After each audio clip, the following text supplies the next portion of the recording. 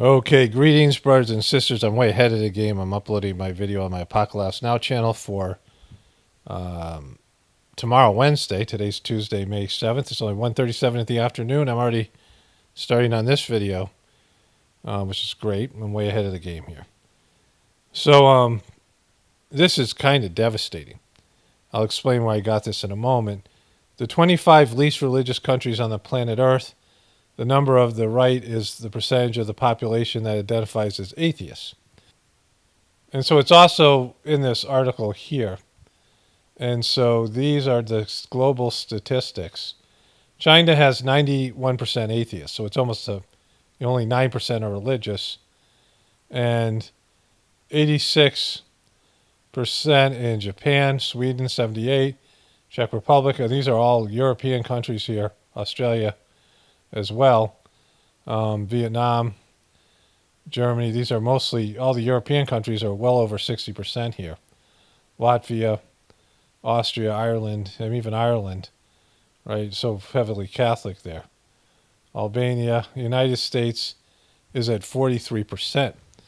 And so this is brutal. Like, this is really bad because, other than India, that I don't think is on this list, India's at 6%. But, that's a very populated country. But China, we're talking 1 billion people right here, right? 1 billion people in China. And so, these are a lot of these are very populated countries. And you're looking at more than, so I couldn't find up-to-date statistics. In 2010 census and surveys indicate there were about 1.1 billion atheists, agnostics, and people who did not identify with any particular religion. They say by 2050 that's supposed to exceed 1.2 billion people, but that's clearly not the case if these other statistics are to be believed. So this is pretty devastating, right? This is, in terms of these numbers, and again, I don't know how accurate they are, but I know it's growing. We can see it all around us. And there are people who kind of believe in God, right, but don't do anything about it. They don't do anything in terms of religion. They don't do any spiritual practice. So, they kind of believe in God, but they're not. In terms of people who are actually engaged in some sort of relationship with the divine, is a very small fragment of the population. When you have 8 billion people, and I would say less than 200-300 million people are really spiritually oriented. That's there's other people who are more religious, but that would probably still be under 1 billion. One part of this is good, and I'll get to that in a moment. Like, you could, there's positive narratives and everything, but this is really bad in terms of, people who don't believe in God, don't believe that there's a plan, or don't believe that there's order, believe everything's random and chaotic, and anything goes. There's no reason for morality if there's no God. There's no reason to not lie or cheat. This is why religions have done what they've done, by threatening people with a hell or something like it, right? Because, it motivates them to suppress some of their more animalistic, immoral tendencies.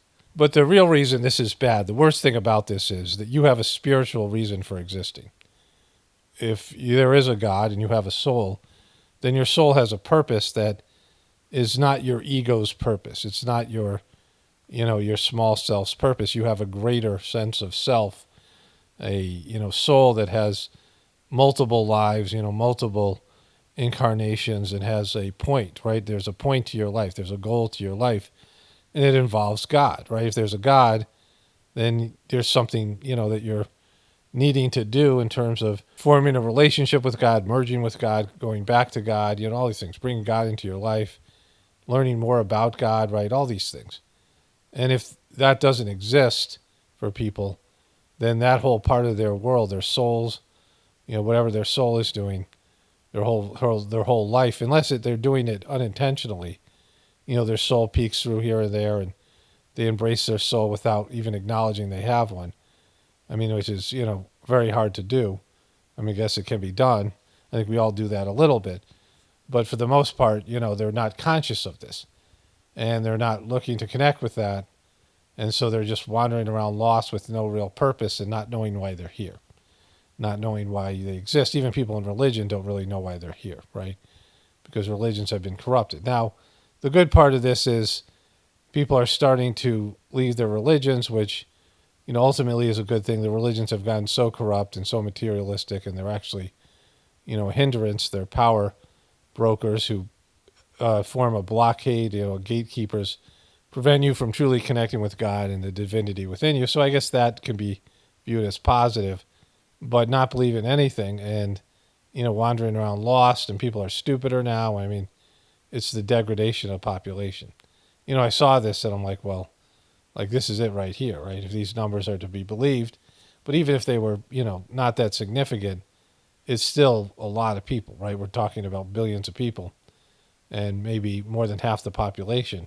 But there are a lot of people who believe in God that are doing nothing about it. So, it's a down time. Like this is what happens when civilization is going to collapse. The other piece to this is, and you get into the White House Correspondents' Dinner because this goes along with this whole thing I'm saying here. I do this Sajmarg meditation that was turned into a cult by this guy Dodgy, the heartfulness meditation thing that, a lot of you guys know all about this, right? And there was this scam going around India called the midbrain activation scam. And Dodgy got duped by a 15-year-old and believed it to be true. And he franchised it only to find out later it was a scam and it was too late for him to admit that he'd been duped or whatever. And so he's gone along with it. And there's a guy in India that's in charge of the Rationalist Society. And he's figured out, he debunked the whole thing. And he's been, at Dodgy and these things. But that guy's an atheist. We're friends on Facebook. He's the guy who posted this. And so it's interesting because India has only 6% atheists, but this one guy's one of them, right? And, I'm not judgmental towards people's beliefs because, whatever I am about it. Certainly it's something we need to be aware of. And, your beliefs do put you into different categories. But the guy did good work in this thing in India, debunking something that's a scam. But then again, he has this, atheistic tendencies. And so, it's just a mess out there. But speaking of a mess, let's go to the White House Correspondents' Dinner. If you think your Irish grandparents are wondering, my great-great-grandparents that came here in 1846 and went, what in the hell's going on? So this is your president. The White House Correspondents' Dinner is where they get to make fun of presidents. And politically, they're used, if the president has a weakness, right? If the president has things that are considered weaknesses, they make fun of him and they sort of take the bite out of it, right? If he can laugh at himself, if he can, sort of poke fun of it himself. This is what they use Saturday Night Live for. It humanizes him, but it makes it so that the attacks are, defanged, right? But he jokes about something here, if you really think about, and Colin Jost, who's the big MC, also jokes about it. And I'll show you, it's, his age, and it's really messed up. Let's go through it, then I'll talk about it on the other side. I want to thank you for the warm welcome, but please, not so loud. Donald was listening. A lot of waffling. Is it Donald Duck or Donald Trump? Sleepy Don. I kind of like that. I may use that again. Sleepy Don. Like, why would you do that, right? Like, you're in your Sleepy Joe mode. Kelly O'Donnell, President of the White House Correspondents Association, thank you for having me. Thank you, sir. She bowed. But Kelly O, let's be honest.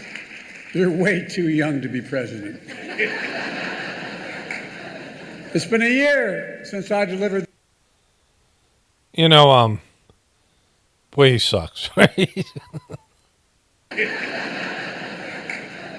It's been a year since I delivered this speech, and my wife Jill was with me tonight, was worried how I do. I told her, don't worry, just like riding a bike. She says, that's what I'm worried about. Because he fell off his bike last year. So here's JoJo Magoo.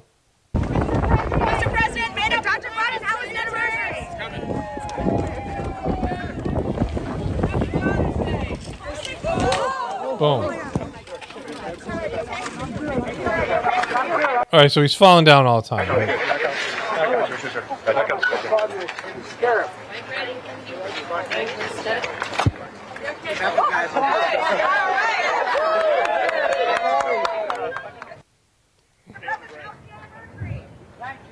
okay, Mr. President? Oh, I'm good.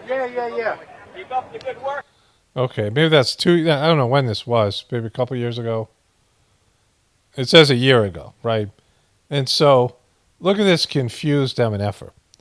And, you can joke about this, and you can show you have a sense of humor about this, but cognitive decline is a real problem for many jobs, including the president. Of course, the 2024 election is in full swing. And yes, age is an issue. I'm a grown man running against a 6-year-old. Oh my God, he sucks so bad at this. He's horrible. Like, I think he's obviously gotten worse. Well, I feel great. I really feel great. I'm campaigning all over the country. Pennsylvania, Georgia, North Carolina. I've always done well in the original 13 colonies. And speaking of history. Wow, it's bad. So we'll come back to this. I'll show you more. Thank you, everyone. Hello. Hello, Colin. That was hard-hitting journalism you saw in The Owl. I didn't know you were going to show photos of me from high school. I have some surprises. Yeah, it's not really fair. You can't do it for President Biden because the technology wasn't invented when he was in high school. Look at him laugh. Look at this.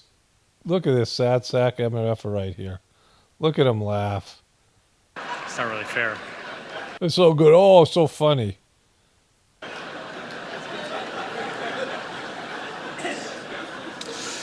Good evening, everyone. I'm Colin Jost, and I'll be delivering the Republican response.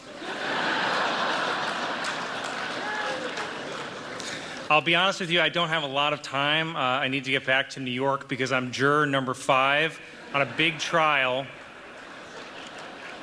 Trump's lawyer took one Boy, he sucks too. Much better than Biden, though. look at me and he's like, he's got to be on our side.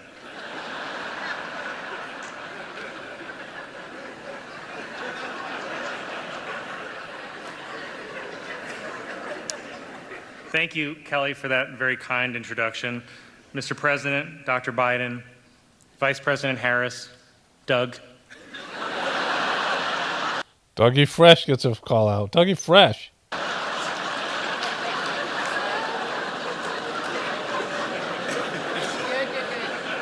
Doug, as you can tell from all the comments about my wife, I'm also used to being the second gentleman.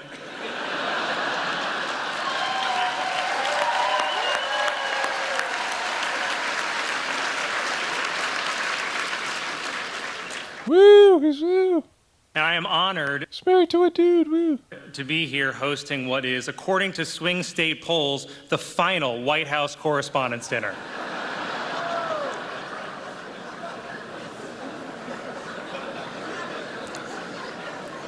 I hope that tonight will be a night to remember for most of us.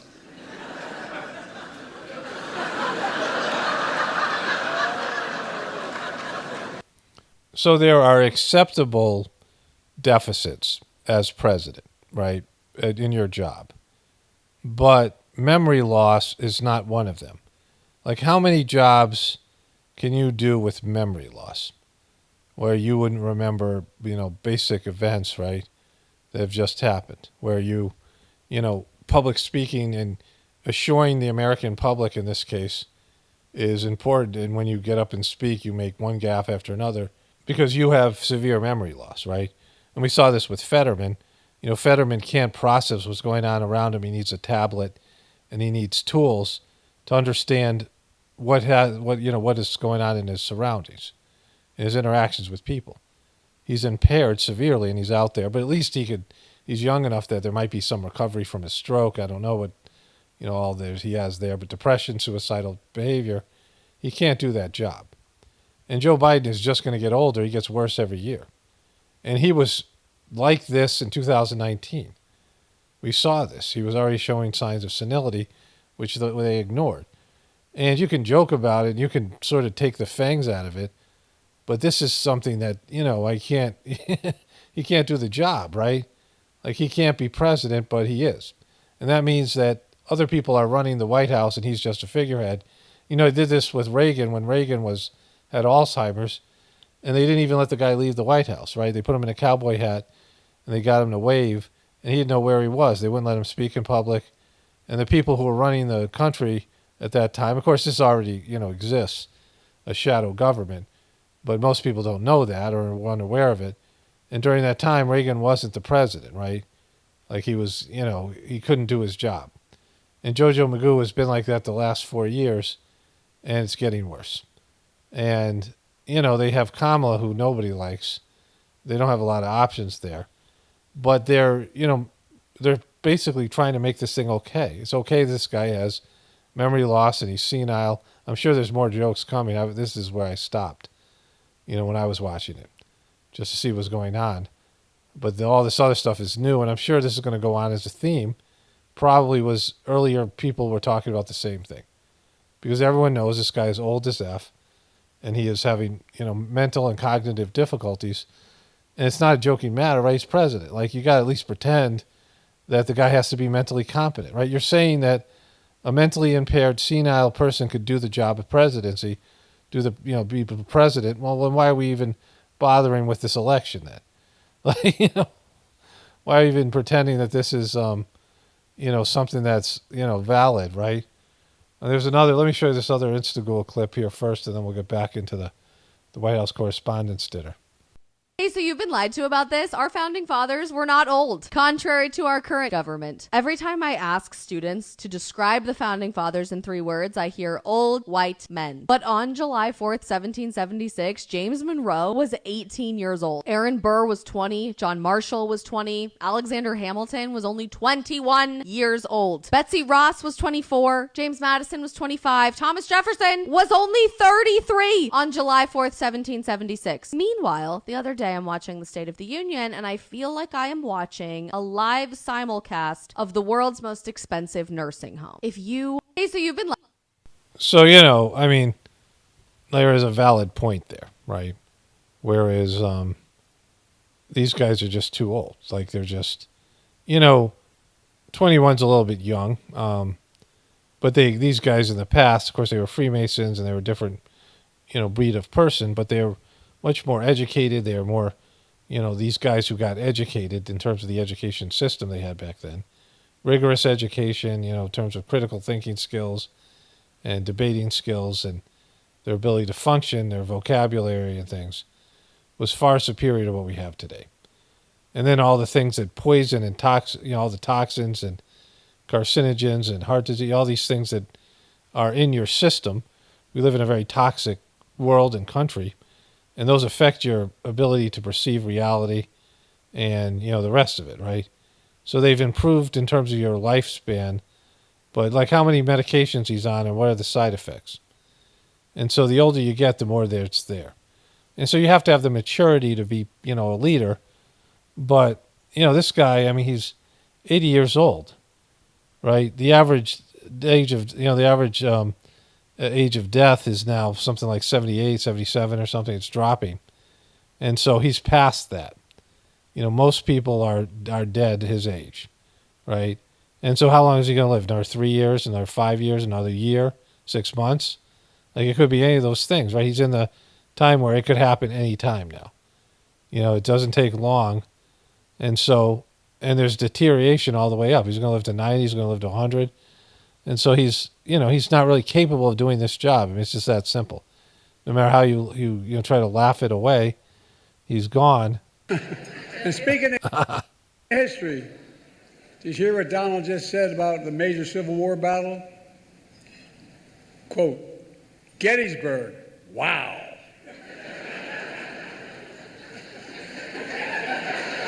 Trump's speech was so embarrassing, the statue of Robert E. Lee surrendered again.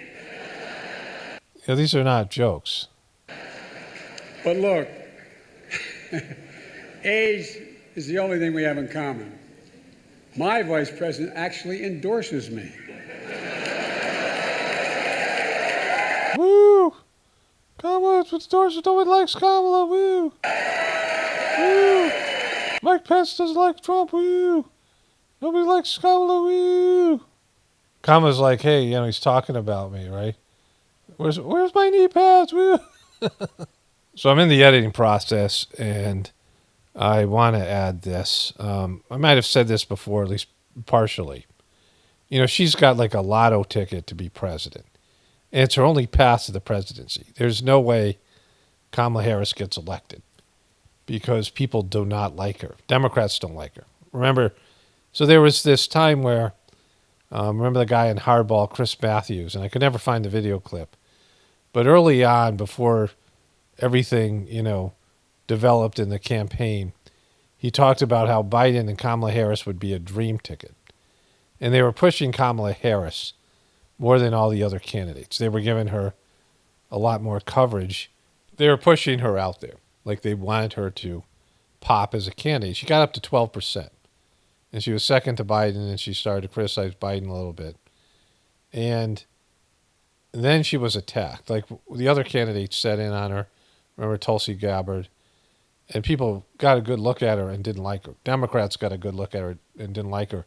And she fell below 1% and had to withdraw without getting one vote, right? So I've said this all the time. I say this a lot about her. But it's important to remember, she didn't get one vote in the primary. But Trump said that he was going to pick a woman, then he had to say he was going to pick a woman of color. And, his choices, as they went through them, Kamala seemed like to be the best one. Kamala is part Indian, like Indian from India. And she gets some, support there because they'll vote for someone like them. I mean, my association with the Indian culture tells me that's, they got a lot of Indian votes because of that. And also, Kamala is an Indian name. There's a lot of people in the Sajmarg meditation that I do, the Heartfulness debacle. The people from India, women have that name, Kamala. And so she was not very liked, but they figured she was the best possible candidate. Also, she wasn't a threat to Biden, actually an asset, because people would be like, well, we don't want her. And she's been a disaster ever since. And so, there's some Democrats that would gravitate to her just because, it's a her against Trump or whatever. But once she's out there, people just don't like the laugh. They don't like the cackle. She's kind of as hateable, even more so than Hillary Clinton. And, she isn't even popular among people of color, right? So she has not a lot going for her. And her best pathway to the White House is be Joe Biden's vice president and wait for that MNFer to die. Because chances of him being incapacitated within the next 4 years would mean, which are high, would mean she'd be president without ever being elected. And then she'd have a better chance of winning a re-election. Probably not. But she would get to be president without anybody really casting a vote for her, right? Most of the people who vote are voting against Trump anyway. They're not voting for Biden, and they're certainly not voting for her. And so she's laughing it up because she knows the more this guy is, shows signs of senility, and he has a, 50-50 chance of winning the election at this point, and, who knows if they're going to try to rig it, she could be president. Like, she's no way should be even considered being president. Not that any of these people who are, running for president or are president are deserving, but she's not likable enough to become president. Like, they can't even fake it because she would poll really poorly. And as soon as she was out there talking and laughing and being Kamala, her support would, be decimated. And, to be a woman president and be a woman of color president, you'd have to be special, right? To break through that, mental barrier. And Kamala isn't special in a good way, right? She's the opposite of that. So she's, pretty psyched because she's, this is her best chance to be president. Of course, she's supporting the guy and laughing and talking. Michael Douglas saying all the people that work with him are, 100% behind him. Yeah, well, their jobs are predicated on him winning, right? They replace it with somebody else. That person's going to come in with their own staff. And they're not going to say, well, he's senile. No one's going to say that, right? Michael Douglas, the actor, said that. He said even Kamala Harris is very supportive of him. Of course she is. This is her ticket to the way. This is her ticket to the presidency. I had a great stretch since the State of the Union, but Donald has had a few tough days lately. You might call it stormy weather. Oh, look at this healthy picture of health down there. Just brutal. Let's move forward a little bit here. Note, in addition to marrying up, Colin and I have another thing in common. We both find strength in family. I got to spend some time with his family yesterday in the Oval Office. It looks like such a tool. Colin's dad was a high school teacher in Staten Island, and his mom is an incredible woman, a family of firefighters, was chief medical officer in New York City Fire Department on 9/11. As a doctor, she rushed to ground zero, risking her own life, treating and saving fellow first responders. Rushing into danger for others is my definition of And patriotism now she has thyroid cancer, and heroism. from radioactive fallout. Woo!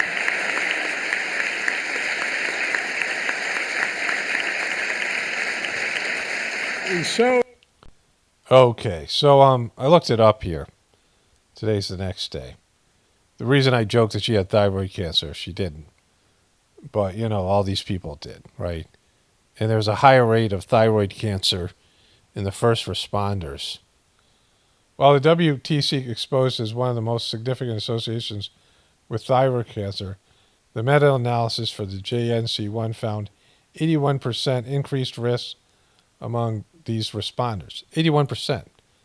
So, that's quite a significant bump there, right?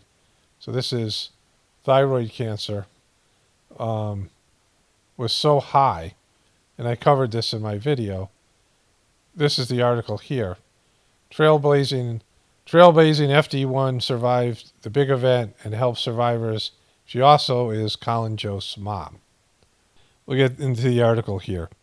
So it says here, a trailblazing doctor with the fire department, FD New York Fire Department, New York, who survived the terror attacks of the big event, has dedicated her life to helping survivors and also happens to be the mother of SNL star Colin Jost. Dr. Carrie Kelly worked for 37 years with the fire department, becoming the first woman to be named FD1 New York's chief medical officer. Kelly now advises the Big Event Museum and Memorial on health care for thousands who have gotten sick in the years since the attack. She was the chief medical officer on that day. And so that's a big thing because of what had to be covered up in terms of these thyroid cancers. Because that's radiation exposure. When there is a nuclear blast. So when there's a nuclear explosion, there's different types of radioactive isotopes that are released. And one of them is iodine, I think 127 or 131 or something like that. And it is radioactive iodine. And your thyroid absorbs iodine. This is why they give you iodine tablets, all these people who are radiation workers, as a way to not get thyroid cancer. Because your thyroid is always absorbing iodine whenever it gets it. And it's like 7 or 8 days. It doesn't last for long. So it's an isotope that is released, and after 7 or 8 days, it's gone, right? It disappears. But for those people who are around such an event like Chernobyl, and Chernobyl had a lower risk of thyroid cancer than the first responders in the big event. So you would have to look at that and say, why is that? Why was there so many of these first responders that had thyroid cancer? It's the number one cancer that these guys had, so many of them are suffering from it. And as a doctor whose, father was a firefighter, and this woman is supposed to be a hero, why didn't she stand up? Jon Stewart supposedly stood up for the first responders. Nobody asked these questions because it seems like a radioactive blast, what was in the rubble that is causing thyroid cancer. I think I'm the only one who talked about this. People, I don't know anybody else picked up on this, but there's this theory put out by this guy, Dmitry Halazov, and I covered it in my 3 videos about the big event and 2001. And, this is years after. I think I covered it in 2014, 15, 16, something like that. And it was demonetized, and eventually I had to delete the videos, just like everything else. But think about it. Like, there's a cause for thyroid cancer. One of the biggest causes is radioactivity. They're calling this place ground zero. And, mini nukes are like a real thing, and they're able to take down buildings. And so, this is overwhelming evidence, right? There's more there, just not this.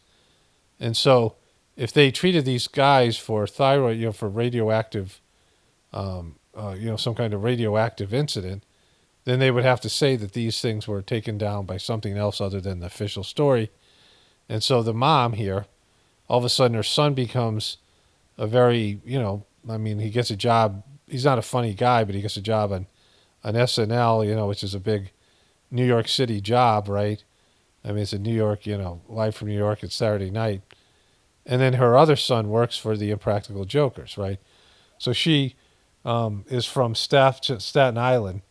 Her brother can be seen, like he does little bits on the Impractical Jokers show.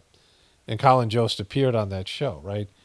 And so there is, again, his brother's kind of weird too. But here it says she's from Staten Island, where the Staten Island native led the triage units on the city's most heartbreaking day. So she talks about in the article how other people, are still suffering. She said that the big event hasn't ended because people are still suffering. I go from monitoring, one of the most important programs is monitoring, because we always said we cannot change the exposures you had. She's saying that you're screwed whatever happened to you. The exposures, well, it seems like there was some radioactive exposure because of the thyroid links and some of these other things. She said, here it says, she said she's been fortunate that her own health has been good so far. Now, she was supposed to be in these buildings or around these buildings. She was like there with the firefighters and these people coming out. They're all cancerous and these things. And she's doing great physically. And her sons are now celebrities, semi-celebrities, and on TV. And her son now is roasting Joe Biden and helping to, in a very kind and supportive and saying that he's a fan. It goes on at the end of this thing saying he's a fan. We'll show you that in a bit. And so, this is pretty icky, right? So, let me just say this again. There is a link between nuclear explosions and the radioactive isotope for radioactive iodine and thyroid cancer. Like, that's something people know. And that people take iodine pills for that reason.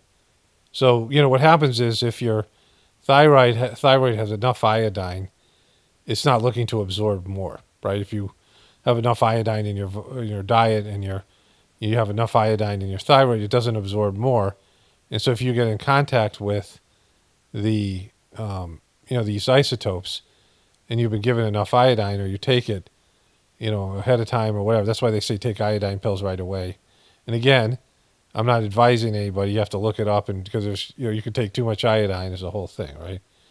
But this is why they do that.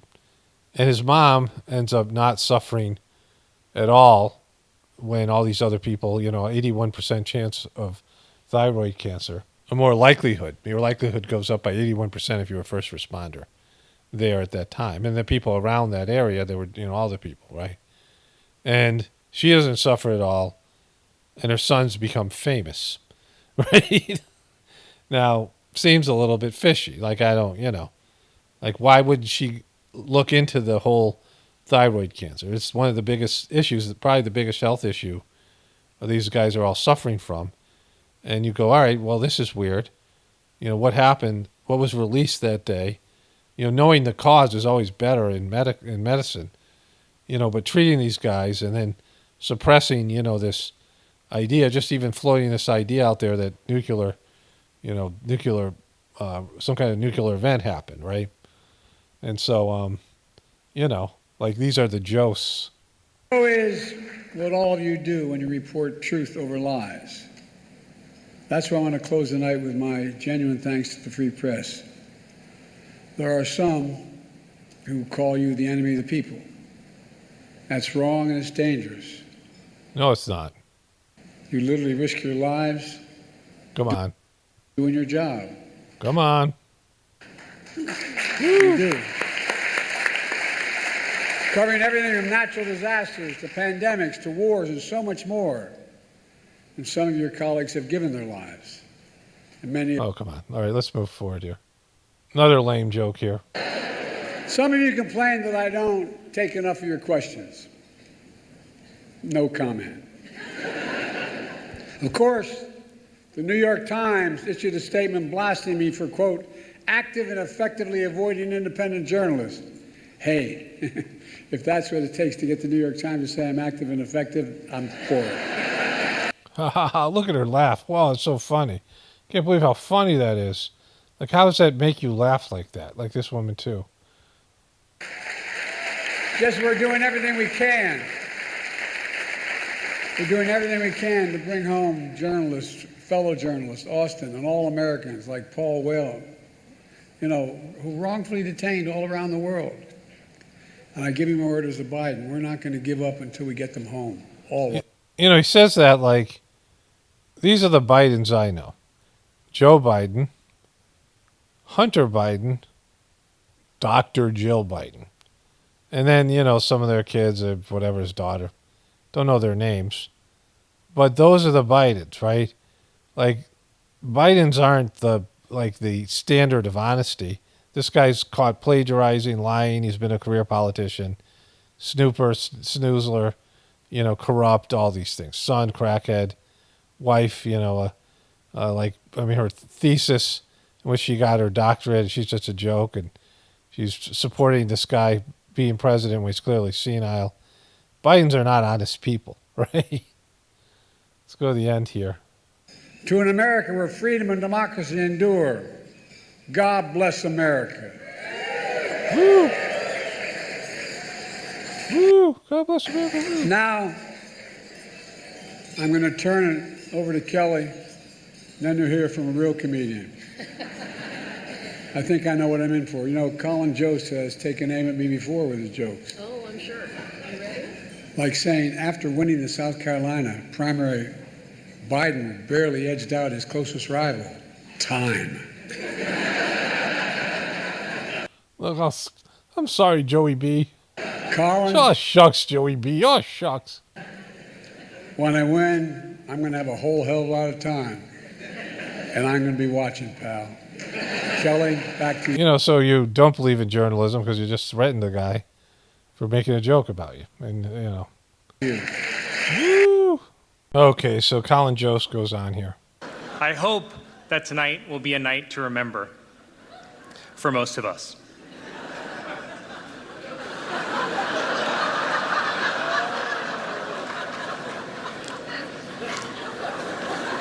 Like, just so bad.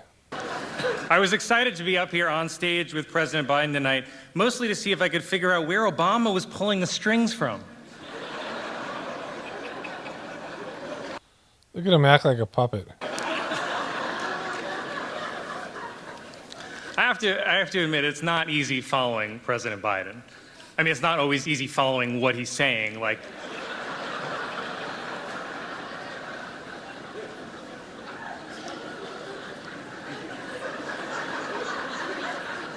But before I begin tonight, can we just acknowledge how refreshing it is to see a president of the United States at an event that doesn't begin with a bailiff saying, "All rise." Okay, so I already did this. I forgot to turn on the just forgot to turn on the app that, you know, records all this. So I covered some of this already. He just gets into Trump here.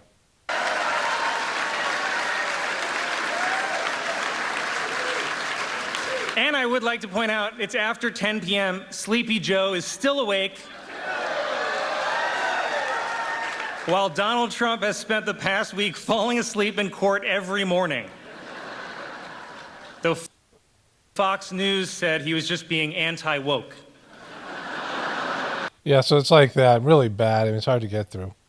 Then he tells a personal story somewhere here, I think, at the end. Nothing makes sense anymore. The candidate, who is a famous New York City playboy, took abortion rights away, and the guy who's trying to give you your abortion rights back is an 80-year-old Catholic. How does that make sense? Woo! Gotta have your abortion rights back. By the way, President Biden, isn't it crazy that he's only our second Catholic president? And what's even crazier is that in just a few short months, we'll have our third in RFK Jr.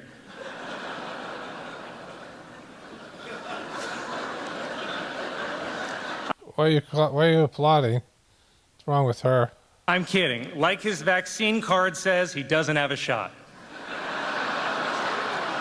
Ooh, ooh. Everything feels strange now. By a lot of measures, President Biden is having a very successful first term, but people don't seem to realize it. Like with the economy, the vibes are bad, but the numbers say it's strong.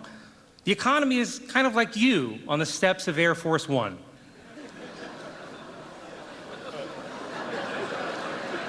It feels like it's Oh, did you even get the joke? stumbling, but there is somehow upward progress.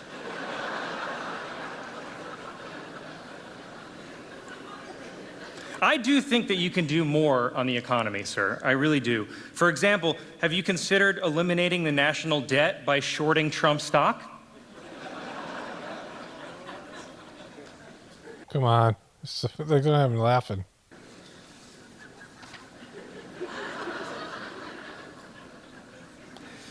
People keep asking if our lives are better than they were 4 years ago. Of course they are.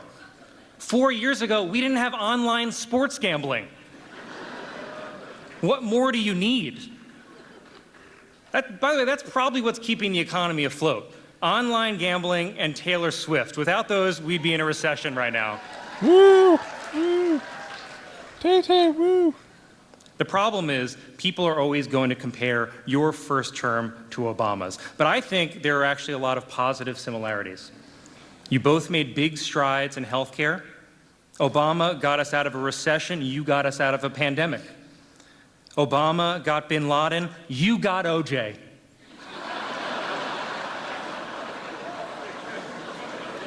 Jesus.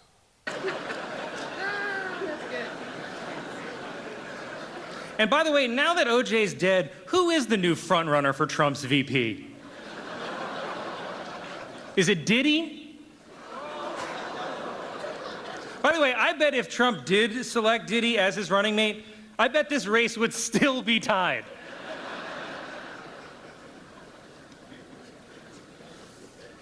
I think even some Democrats say that they are underwhelmed, but I think they're just not living in reality. Manage your expectations, people. It's like tonight. Okay, I gotta move forward. Well, Sure, we all wish we were at the Waldorf right now, but we're at the Washington Hilton. And we have to make the best of it. all right. Let's see if he's got a story at the end here somewhere. To thank my family, and I wanted to thank my friends for being here tonight to support me.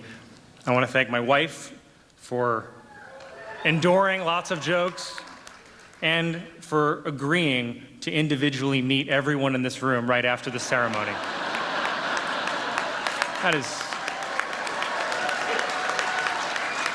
That's really special, honey. Thank you. Don't be shy. Come right up.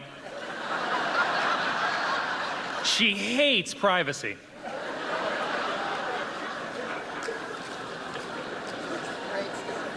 You would sell your dude out to these freaking horrible people, Washington people. And with my family in mind. You'd serve up your dudes just for this lame joke. And I wanted to share one last thing with you before I go, and I wanted to share one thing with you, Mr. President, before I go. I lost my grandfather this year, as you alluded to. of a firefighter, William Kelly. Kaboom. He's the reason that our son's middle name is William. I guess they're all Irish. He helped raise me growing up, and I would not be here today without him. My grandpa was a firefighter on Staten Island for 40 years.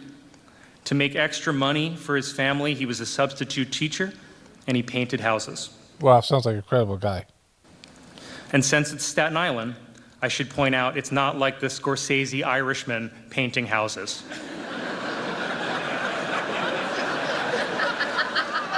He was not a mafia hitman. He actually painted houses. The Wow, that's incredible. FBI is here. I don't want to start a whole thing. These are like not jokes. My grandfather was another rare Irishman who didn't drink because he lost his father and his brother to alcoholism. Your word is a Biden? And I swear, Is this your true history, or did you plagiarize this from another comedian? Mr. President, this is not an age comparison. You remind me of him. Some of your best qualities remind me of his. Come on, bro. He doesn't have best qualities. And I will say he was 95 and he was still great at stairs. I think it's because he didn't try to run up them. He's putting a fist out there, and he's got a little bit of trim on his Crypt Keeper mullet.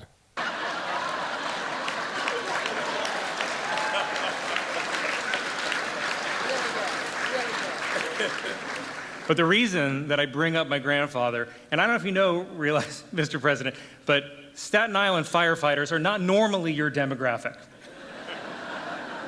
Staten Island voted about 70% for Trump in the last election, and the other 30% was for Giuliani.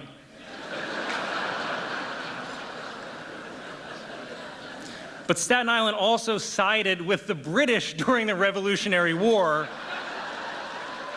So we're not always on the right side of history. Come on. You remember. Kaboom.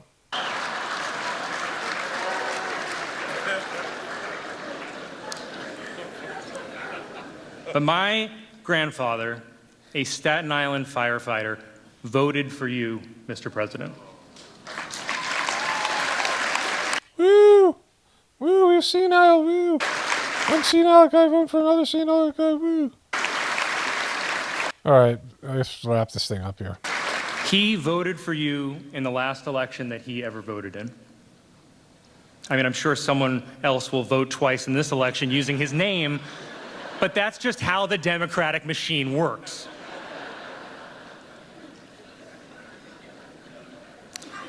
He voted for you, and the reason that he voted for you is because you're a decent man. He's decent. He's not great. He's not special. He's decent, but he's not. But you're decent. That's what they always say about Decent Joe. That's what Michelle Obama said. Yeah, that's what they want to label him. Like he was told about. They want to get this idea that he's decent, right? He's not great. He's not a superstar, but at least he's decent. That Trump's a criminal. Woo! He's decent. Woo! My grandpa voted for decency, and decency is why we're all here tonight. Decency is how we're able to be here tonight. Except, we're not allowed to be here, right? The independent voices that he's censoring, right? The pressure he's put on the social media networks, the scumbag.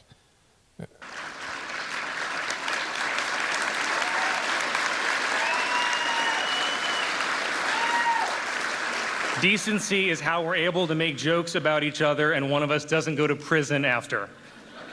We go to the Newsmax after party.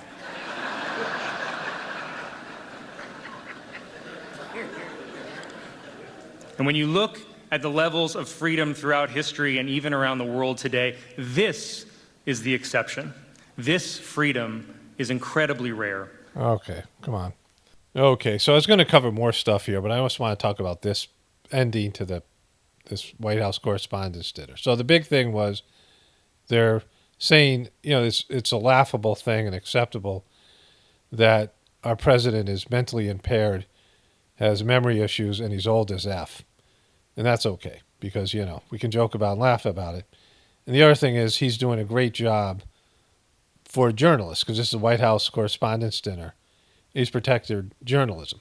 Now, Obama had one of the worst administrations on whistleblowers, and Biden had one of the worst administrations, has the worst administration on censorship, right? I got a voiceover I did 2 days ago that's on God, one of these comments for, God or whatever. That person left me. Kind of interesting. Different, thing than I've said before. So that's why I'm cutting the rest of this stuff out here, which I'll cover tomorrow. I got a bunch of other things to get to, is what I'm saying. More stuff on Israel, a little bit on RFK. So, 2 days from now. So this will be released May 9th. So May 11th, whatever.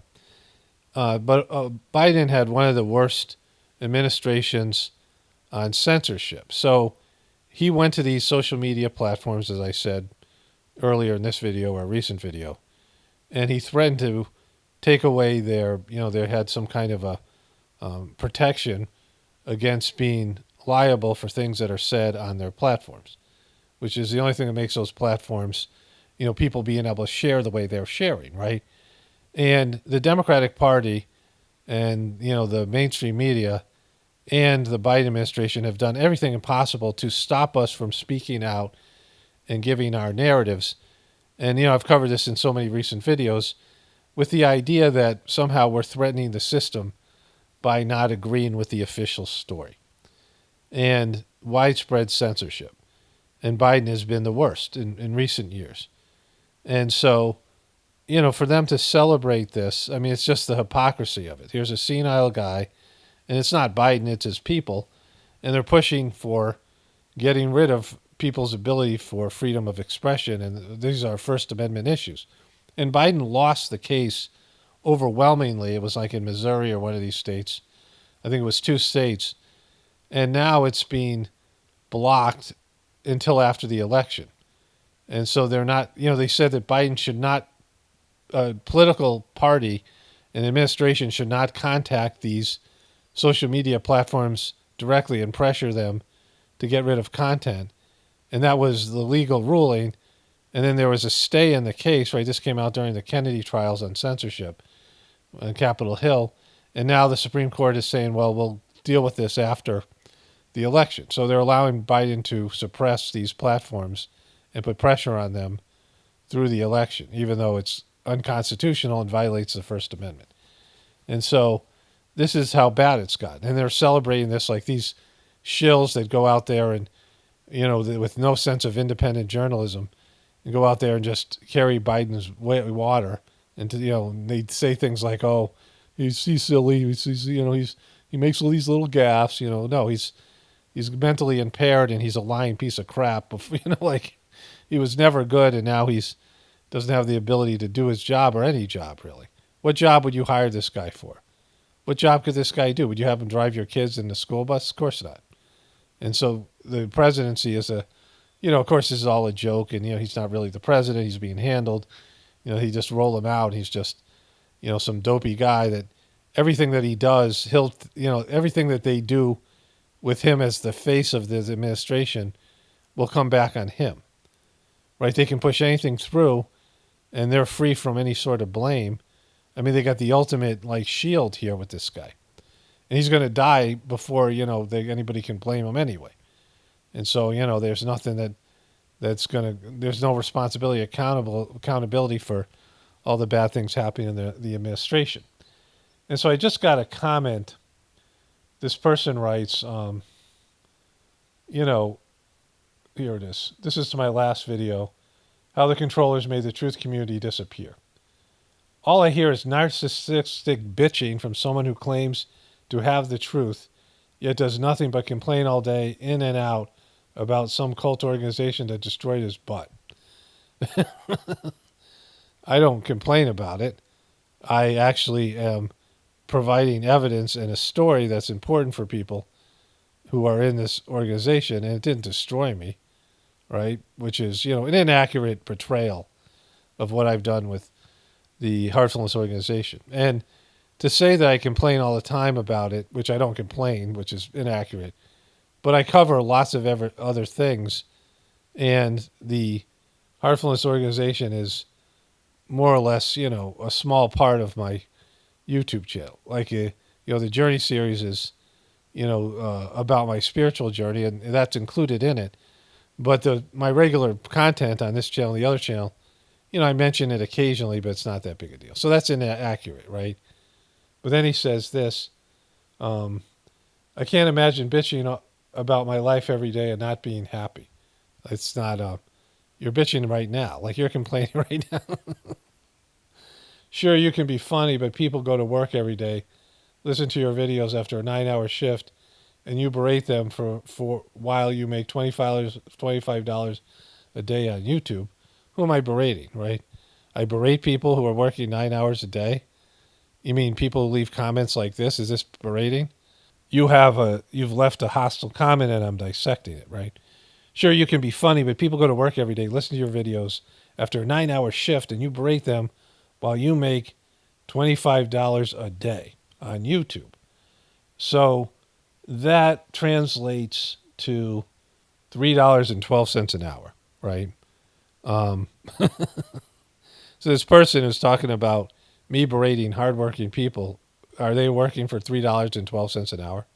And this is work that lots of people want to do. How many people don't want to do what I'm doing, right? Lots of people want to be on social media. It isn't like some, lame job. You have to have a certain level of talent and something to offer, or whatever it is that makes you have an audience, right? And it takes a lot of work. But even more so, this is a full-time job. That's $125 a week and $6,000 a year, which really doesn't even cover my expenses, right? I mean, he's saying that I should do this job and not say anything about YouTube. Again, it's not just about me. It's about them censoring, especially that last video about them, closing a door. I mean, that was the whole point of the video, right? They used to be open, and after they've made so much, money and built their platform on people like me, not just truthers, but independent people. And it's not just truthers; they're censoring and, and strangling their channels, right? And not paying them a proper wage. I mean, what person would tolerate this? I mean, it's, for the amount of times that YouTube has done things to screw me over and people in the truth community over, and all of you too, because it affects the content that you get to hear, right? And this person is, let me just finish up their comment here. And so this person, sure, you can be funny, but people go to work every day, listen to your videos after a 9-hour shift, and you berate them while you make $25 a day on YouTube. How's that for truth? Well, don't quit your day job, right? But, I have to pay to edit my videos. I have a subscription to Adobe, for example. Then there's all the equipment, microphones, whatever it is, computers. I have to get high-end things with lots of memory and storage for all my videos, all the things that I have to do. And, he wants me to work for $6,000 a year, work for, 8 hours, work every day, put out content for $25 a day, right? And be happy about it, which I am. But, I need to make more money or I can't keep my channel going. I'm very happy about being able to do this. I'm grateful for this job, which I've said. I'm even grateful for YouTube. It's just that I can't do this and make that amount of money. Like, I can go to a whatever kind of, I've talked about this like in the last couple of videos. Like, I'm at a, turning point. Like, so many people have had to face this, and there's all these comments about channels that no longer exist that people are bummed about losing, that they listened to over the years, but they couldn't keep on going for all these reasons. And even if you work for free, YouTube censors you and gives you community guideline strikes and makes it hard for you. I mean, you have to navigate all these things, which takes a lot of energy and time and, a level of, intelligence and genius to be able to just survive this long because of all of it, right? Like, it's just they're funneling people out. It's like you're caught in a vortex where through computer, learning and algorithms and, now AI bots, they're finding ways to get rid of you. Like, everybody who does this, and you have to deal with people like this, right? Who leave comments like this. Like, I mean, it's not factually accurate. It's not an accurate portrayal of what I do here. It's not, saying that I complain all the time this isn't even complaining. I almost never talk about it, right? It's just inaccurate. And it's hostile and thinking he rocked it like he cracked it. How's that for truth? You cracked the code, right? You got it done, right? And so it's not an easy thing to do. That's why very few people are able to do it. And now, even more so, if you're a truther on YouTube, it's almost impossible to continue on, at least if you're depending on the monetization and these things, right? Okay, so I just want to say this one thing before I get to the other comment. So it's kind of interesting. I had this thing with Verizon and the internet. And I talked to 6 different people. They told me, well, you don't really have a good signal over there, which meant that they shouldn't have, they should have told me that right off the bat. I've wasted all this time and energy. And this is part of the job and all these things. And, upload speeds are important for my videos. And then, of course, I need the internet and, my family needs the internet. And we had a different sort of internet. There was a tower involved. And when I tried Verizon, so we were going to try Verizon and see if it was any better because there was a lot of outages on my previous internet. And we got Verizon and we had higher speeds. It was working better and it was cheaper. And the other internet went out for a week. Like it was going out a lot and it had gone out for a day or so, sometimes. And that sucked, right? And I'd have to use my phone. And, I need internet consistently here. I'm making content every day. And so, they had been better, at least in terms of customer service, but they were having a lot of issues. And we got Verizon, and it went out for a week, and they weren't fixing it. And Verizon was working great, so I just said, all right, we talked about it. My wife said, let's cancel the other one. And so I called the other company back because they said, all right, well, because we screwed up, we'll give you a better deal, and we'll match Verizon's, rate and their speeds, right? And so that was going to get better internet for them. And they, I had to get a new modem. We had an old modem. It didn't seem to be working well. We have to have a better modem and things like this. And so I hooked it up, and I was texting back and forth with this guy, and he was like, did you do this right? I sent him pictures of all the things I did to hook it up. And so a guy came out and said, yeah, you did everything right, but there seems to be an issue. Then he found out that there was an issue in the tower, and that's why we had lost internet before I got rid of this, before I got rid of this internet, right? Because they had messed with the tower and they messed up some of the, fiber optic stuff. And then the guy was supposed to come out yesterday and didn't. So it came out Monday, one guy, but they needed a different technician to come out yesterday and he didn't, right?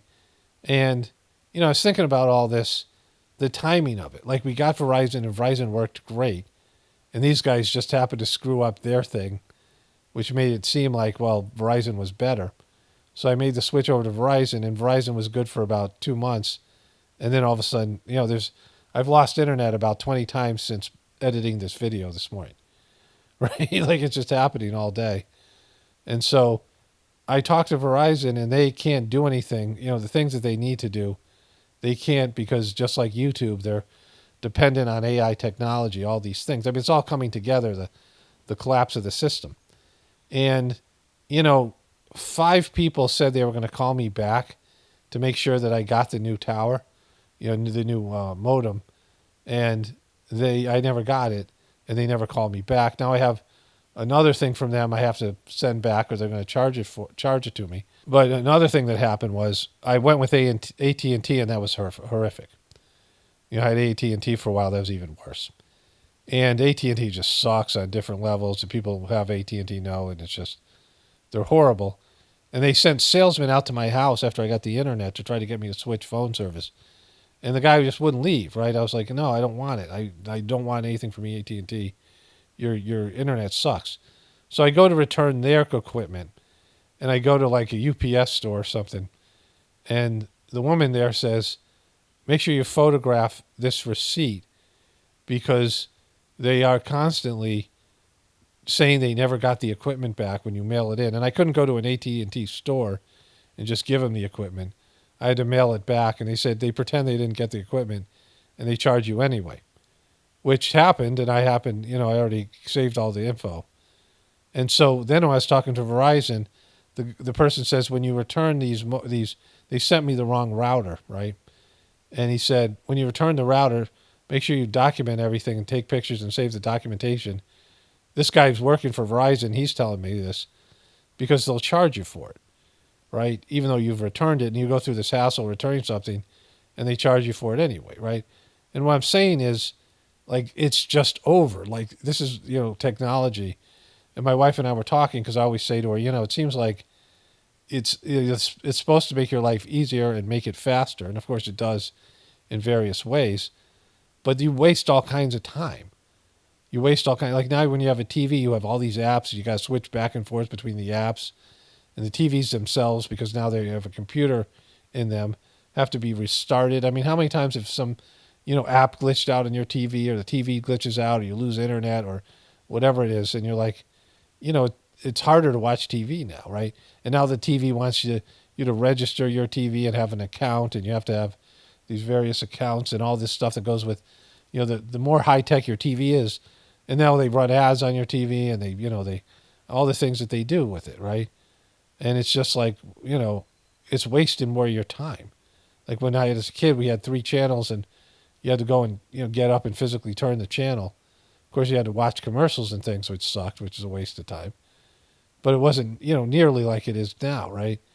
And all this technology, and it also wastes your time because you engage with technology when you're supposed to do other things. So, you think it's actually saving you time, but, it like the technology gets more and more glitchy, and, the apps and things get less and less human. And then the system gets more and more scam oriented. And then when you try to fix it, you try to get your money back, or you try to, get them to not overcharge you, or you have to deal with a problem. Their customer service sucks. And they make promises they can't keep, and they lie to you about the quality of the service. And then you just get the runaround. And I've experienced this so much, and I'm like, it was simpler when we didn't have all this stuff. Like computers have actually added layer of complications and just all of it, right? It's worse. Like it seems like it's better, but it's actually worse. But anyways, here's the other comment that I wanted to get to. And I want to say that, people don't understand what it takes to do this job. And there's a lot of things I don't, even talk about or even think about, but there's good things and bad things. And I always look at, to be grateful. That's why I say and be grateful.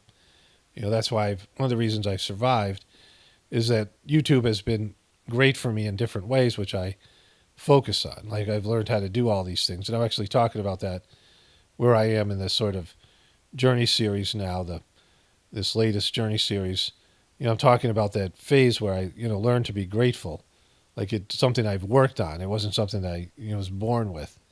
It was something that I had to work on, right? But one of the things that when you do this job, you deal with a lot of hostility. There's a lot of hostility from the people, and there's a lot of hostility from the system. But, in general, people want to make it hard on you. There is this energy. You're constantly being attacked in a way where they're trying to make you quit. They're trying to get rid of you. You're not welcome here. We don't want your point of view. And whether it's YouTube or commenters or whatever it is, it's a constant. And it wears people down, wears truthers down. I mean, it's just there. People are constantly, even people who are supposedly in the truth community, and they are like, you disagree with them, and they want you to, they want to see you erased from YouTube or whatever it is, right? Like there's this energy where people want to shut you up because of what you're saying and your beliefs, even though all these people claim to be into the truth, right? And so that energy's there, going back to the White House correspondence. And every time you turn on the news or you look at any of these things, and when you have to deal with it, the way I have to deal with these things when I make content, the way I have to, sit through them and then comment on them, it's about how they're telling us we're wrong all the time. And that we're, terrorists and we're somehow, a threat to the society. Even though, they're the ones who've created these lies and deceptions that are ultimately going to collapse around us. And there's this pressure and this energy that's there. It's there for all of us, but people who are out there like I am, it's even more so. And so saying that I'm berating people, right, after a 9-hour day work, the hostility that you're receiving is, most people just can't tolerate it. And, they wouldn't be able to sustain that level of negative energy coming at them at a daily basis. All right, here's the other comment. Okay, so this is Tuesday, May 7th. I'm going to put this at the end of the video. I haven't started the video that I'll release on Thursday, May 9th. I just released a video on this channel today, and then I'll make a video for tomorrow for my Apocalypse Now channel. So this is my schedule now for a bit. I'm not having the issues with the demonetization, so I don't know. But anyways, it's nice to be out in front of it. So I got an epic comment I want to get to here. So I said something to the effect of, in terms of what I do as a spiritual person and whatever I'm doing to contribute to the, the Saj-Marg system staying alive in the post-heartfulness dodgy debacle thing.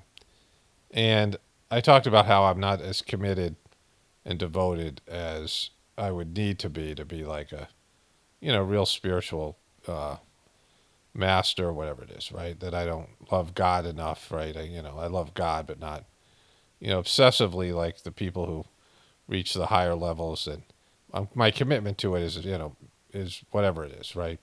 But I know the difference between, what I would have to do, like the people the good masters of the Saj-Marg system and really devoted people, saints and people like that. Like, I'm just honest with myself about the commitment, right? It's hard to judge what goes on inside of you as opposed to what goes on inside of other people based on what they present outside themselves. But I've seen the commitment, experienced it, watched the work, particularly with Master Chargy, but other really devoted people that do Saj-Marg.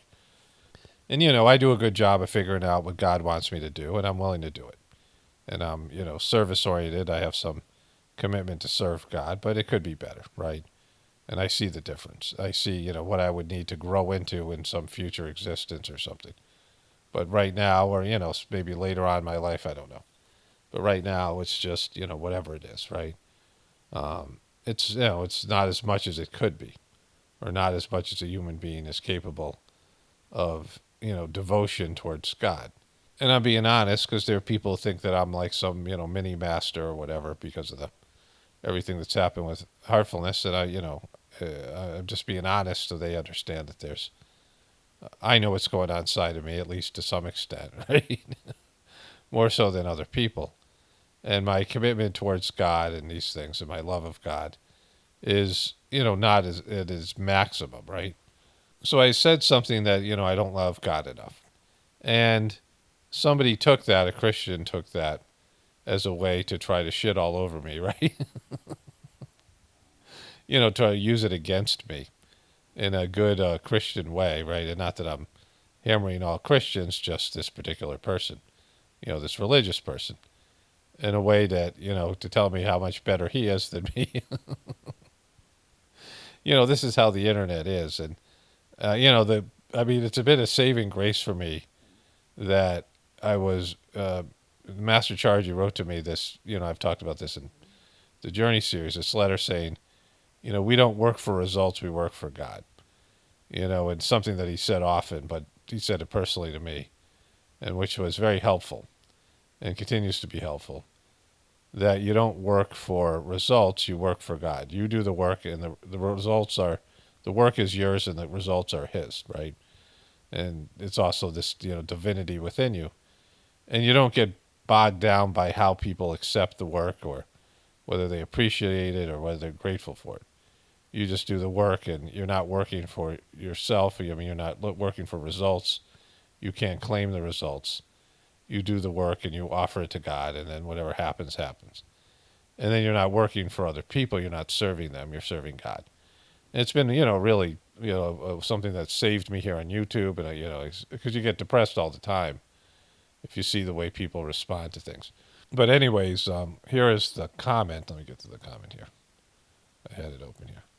Here's the comment. I'm going to make it bigger. Because the gatekeepers have closed the gate. This was the video that he commented to. You don't love God enough is honest. Now, again, someone can't assess what's going on inside of somebody, right? Because people present whatever they present to the outside world. So this person, you don't love God enough is honest, and you will not be happy on a planet where surviving populations love God. The solution is seeing the fire you kindled for your future and turn to God for salvation from your destructive self, one God. And now reread this, I'm like, well, this is a crazy person. I guess they're saying, I was saying in the video, which I've talked about before, that people who are connected to God and love God and are willing to serve God will be the souls that survive the post-apocalypse. Souls that are willing to rise up to it and take a different orientation, because right now we've all been habituated to be selfish and seek pleasure. This is a pleasure-based system where, pleasure is something that exists for a specific reason. Pain and pleasure both exist and have a reason for their existence. Everything does in the divine, system. Like reproduction, for example, needs to be pleasurable because there'd be no people, right? Eating food and keeping yourself alive and having a fear of death, keeps you from being reckless. Well, first it keeps you sustaining yourself by eating food, and having some fear of death and wanting to survive keeps you from just giving up and, withering away and just whatever it is, right? Like there's things that have to be inside of you for the proliferation of life, including a reproductive urge and then a pleasurable experience in engaging in the reproductive act. And so the pleasure is there for a specific reason, right? And also in terms of intimacy and, growing closer and things like this, to your spouse.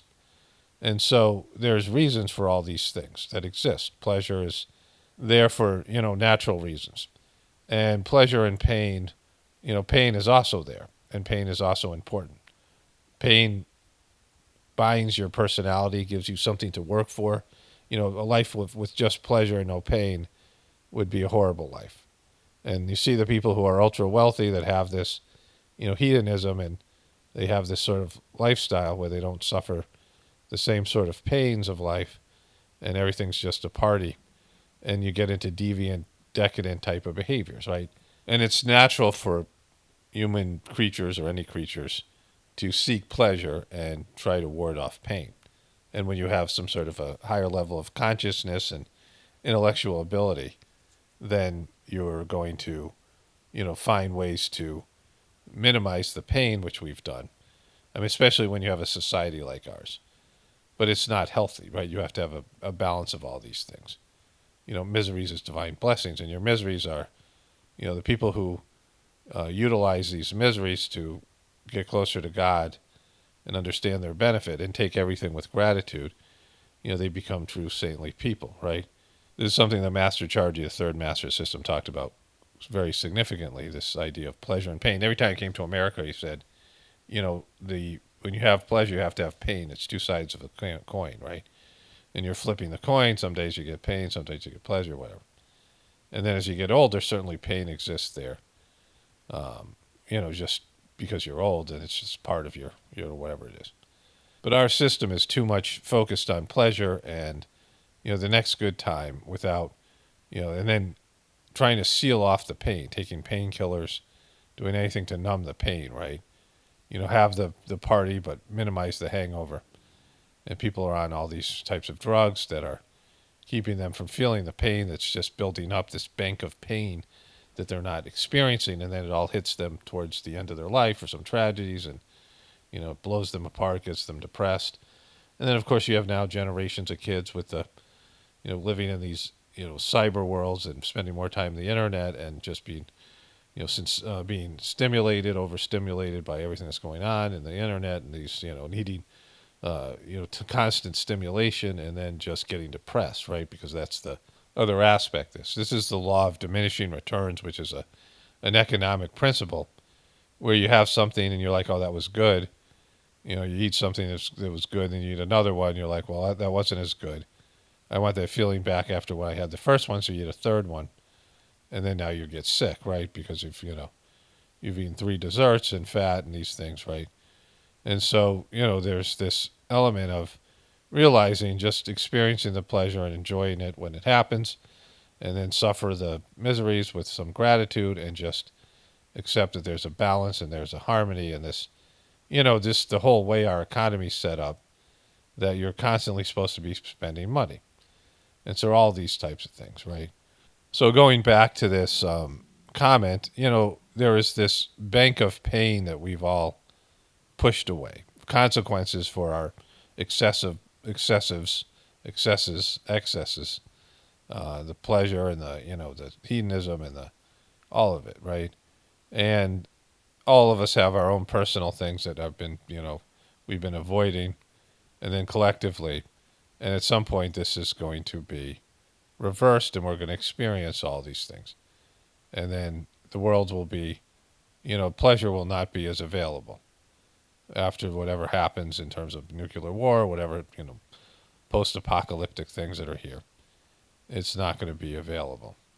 And so people will have to go inside and connect to God to endure a very miserable life. And things can change. I mean, this is where people can rise up, and only the people who have some level of spiritual tendencies, their souls, their subtle bodies, will be allowed to participate in this, because the people who are, just crazy and they're just, they've gone off the rails, they're not, capable of making this adjustment, at least not, anytime soon on a soul level. And so this is what I was talking about, right? And this person decided to give their own dysfunctional opinion, right? Let me read the comment again. You don't love God enough is honest, and you will not be happy on a planet where surviving populations love God. Well, like, how would first of all, happiness won't be a factor, right? That's why I was saying this other stuff. Because happiness isn't, the goal of life. It's not about being happy. It's about serving God, and, there's going to be some element of needing redemption, where people are aware of their past contributions, collectively to this debacle, and needing to redeem humanity. Well, there'll be some element, like the way that people now pursue wealth or pursue success, like with some one-pointed commitment to get it right and to do better this time. See, that's the outcome of, the collective collapse, and realizing, oh, we really screwed this up, right, as a collective and as individuals. And so again, why make this comment, right? Like, you can't predict my future, like I can't predict yours. Like, I don't know how much you love God or not, but a person who loves God wouldn't make this comment. The solution is seeing the fire you kindled for your future and turn to God for salvation from your destructive self, one God. Now, again, I assume this is a Christian, but it might be some New Age person. But that's just a remedial understanding of, this idea of a destructive self. Because destruction isn't bad, and death isn't bad, and darkness isn't bad, right? There's a light and there's a darkness. In the Sajmark tradition, the central region is gray, a combination of light and darkness. And there's a special time, if you're out during sunrise or sunset, where there's just a different spiritual condition. That's why people like sunsets and sunrises. There's just something there. And especially like if you're at the ocean, but it can be anywhere, mountains, and anywhere where there's a good sunset or sunrise. You can feel the condition. It's hard to feel in the city, but there's a balance between light and darkness. This, between your material life and your spiritual life, right? Your spiritual life is from the darkness. Your physical life, your happiness is from the daylight. The sun is, when the sun's up, that's when you experience your physical pleasures, your physical whatever it is. And then as it gets dark out, you can transition to a spiritual way of being, a passive way. This is where you sleep.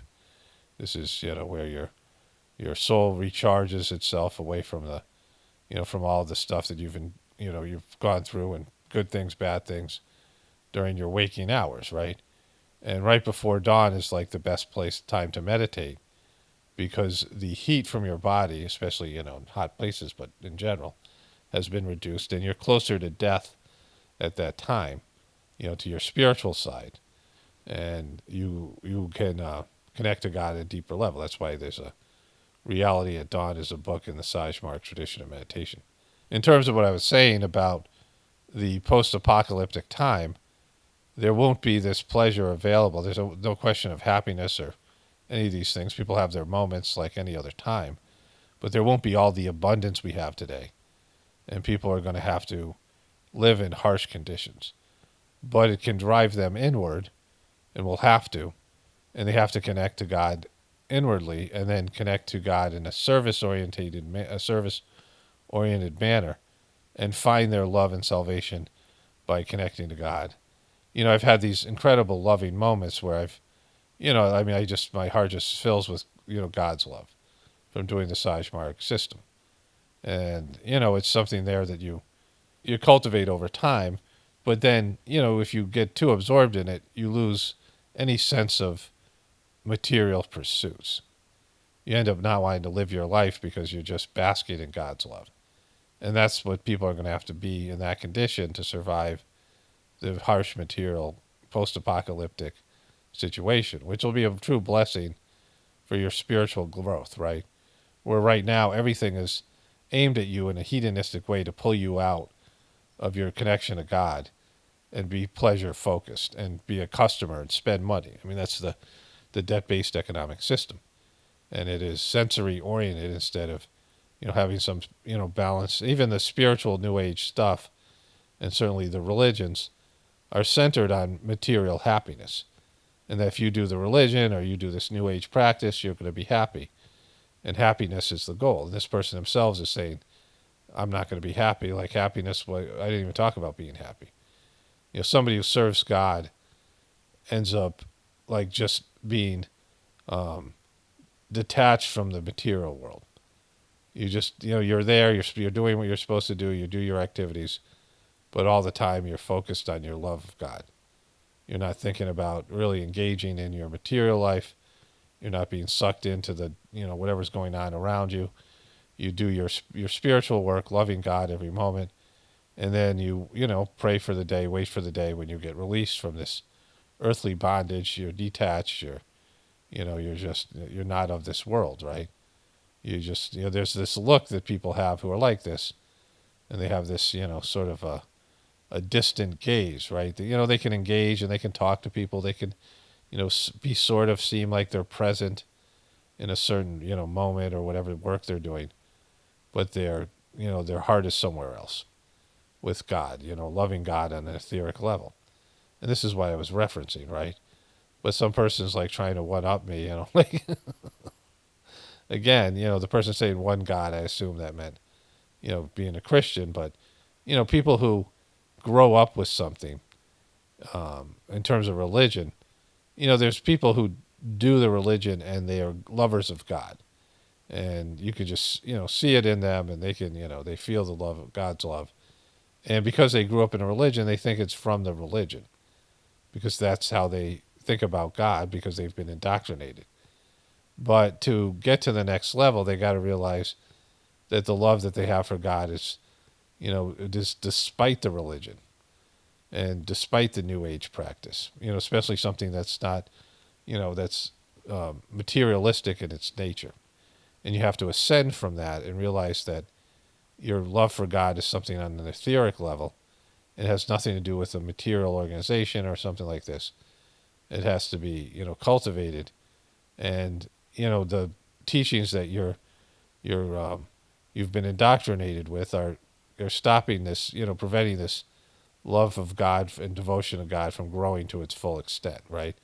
And so there are people who are spiritual and they're God lovers coming in, and then they're born in religion, and that's, they get the feeling when they're doing religious practices, and so then they think the religion is, responsible for it, and it's not, right? The Sajmark system isn't a philosophy or a material organization. It is, a system that helps people through transmission and cleaning to experience this interconnection, and allow their tendencies, their good tendencies, to grow and become more, their soul-based tendencies, and their feelings of love and devotion and service for God to grow, if it's used correctly, right? But it's always up to the person to embrace that part of themselves. And that's what I was referencing here, right? And, it's not a competitive thing. It's not a, hey, I know, yeah, oh, I'm better than you. There's no anything like that, right? There's no competition in that, the love of God. And really, when you realize these things, you should be happy that people are doing better than you. Like it would, if it's going to be competitive, sure, push yourself to the next level. But, it's not really something that's a competitive based thing. You should be happy that people are saints. Like the more saints, the better everything is for you and everybody else. And if people pass you by or, are better at doing this than you, it should be just happiness for them and, God and everything else, right? It's like pulling people down and wishing that they were worse than you or trying to make them worse than you. Oh, yeah, you don't love God as much as I do. Well, who would say such a thing? Well, you don't love God at all because, it's a jealous, competitive, egotistical thing then, right? The love of God is something that you want to share. It's something that you want everybody to have. When you feel those moments of God's love, you want everyone to feel the same thing. Like it's just, there's a generosity of heart, right? Like this, these things are just silly. Anyways, I'll make the rest of this video tomorrow and I'll put this at the end of it. Oh, there's one more thing. This was the big reason I wanted to, the original thought I had about this. People think, all right, I want to be a saint. And that will never be a saint, right? Because it's the ego thinking they want to be a saint. The saint is never, a saint or a master or somebody out of higher level spiritual person is never conscious of their own divinity. Like they are, but they're not, right? And not in an egotistical way. It's not a position you work for or you try to achieve.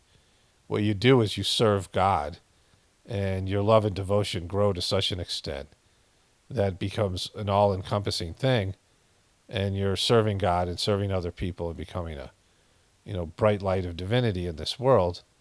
And when you do that, you become saintly, right? You just raise up to higher levels. God gives you more and more work because you've mastered the work on one level and you keep on doing that and, doing more work. And the more commitment you have, the more love for God grows and the more you do for God and you keep on moving forward with that. And then like the other parts of your existence start to be minimized in your ego and you just wake up every day with the idea of serving God. And so a saintly position, a divine position, a masterly position is given to you because of your devotion and your work, but you're not aware of it. And other people might call you a saint or whatever, benefit from your work, but you're never thinking of yourself as anything other than, how can I serve God today? It's like when you feel love for somebody and love and appreciation and gratitude, and you want to do something nice for them, like you want to, help them in some way, right? You feel something in your heart, your spouse, your significant other, your kids, your parents or whatever. You feel love and you want to, you feel like you want to do something. You want to make them happy. You want to, you want to help them grow, whatever it is, right? You want to, benefit them. You want to express your love for them. And it's the same thing with God. And you do that without any sense of people, like, oh, people are going to think I'm such a saint. Oh, when I do this, I might be a saint, right? There's none of that, right? There's no, there's no positive self-talk about it. You don't think about yourself or aggrandizing. It's a pure expression of your love and gratitude, right? It's that you want to make somebody feel the love and gratitude. You want to express it in some way, right? You feel it, and you say, I love you or something like that. And that's great. But then there's, higher ways of expressing your love for people on an energetic level where they feel the energy of your love for them and, all of it. Or you feel this for God, then you want everyone to experience God's love because you just feel, loved. You feel this love inside of you, the divine love, and you just feel wonderful. Like there's a goofy preceptor who, was so psychologically, a difficult, this woman, crazy woman. And she would give these talks and she, talked about how much she loved the third master of the system, but has thrown him under the bus now for dodgy, which makes a lot of sense. But she was given a talk as a preceptor. Preceptor, this transmission flows through you in the Sajmark tradition. And, I worked as a preceptor and now working, doing the gratefulness meditation. And when the love flows through you, you just want everybody to feel it. But she said, the transmission was so good today, I want to keep it all for myself. And I'm like, well, that's effed up because it's the opposite of what you should feel, because God's love is infinite. Like, we can all experience it. It's everywhere. God is love, and God is in everything and everybody. And so there's this energy, this pure, divine energy everywhere. And when you feel it, it's infinite and that everybody can feel it, and you want everybody to feel it, right? That everyone could feel what you're feeling when you're in those moments. It's something that you want to share because it feels, it's just a wonderful thing, and you want everyone to have that experience. And so, a saint is somebody who embraces that and works towards that, the proliferation of God's love and the, divine forces working towards, purification of the, the earth and the human system. And so, it's not in competitive, I'm going to one-up you, I know more than you type of thing. Like, there's no place for that on a spirit. People who are like that, they don't know anything about divinity or God's love, right? They're just having, their egos are aggrandizing themselves by thinking that there's something that they're not. Anyways, like I said, I'll continue this video tomorrow. Okay, so that was, I think, from May 6th. I could listen to the beginning, did I say? But whatever, it's a couple days ago. And I just want to respond to this comment and the other comment. One of the reasons I do the comment videos and I talk about people's comments, remember this guy said, this person who just said that you berate people who spend 9 hours, working a hard day's work, like, that victim consciousness, right? But accusing me of that kind of thing. And so, when you leave hostile comments, you got to accept that you might get something back, right? And you'll get something back. Spirit, it's just always there, right? You put out negative energy, it comes back to you no matter what. But one of the reasons I do the comment and I talk about these things is I realized early on, when you think about this job, when you think about people who want to do this job and people who do this job, you usually get lots of positive feedback. I mean, sometimes, you can get a lot of haters, but you get lots of positive feedback.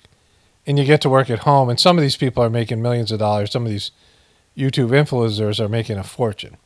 And lots of people want to do this kind of a job on social media. Lots of people in the truth community want to express their opinions the way that other, truthers do. So why do they all quit? Think about it. Like, why would they quit something that's so great and other people want to do it? There must be a reason for it. And I know the reasons for it. Like, I experience them every day.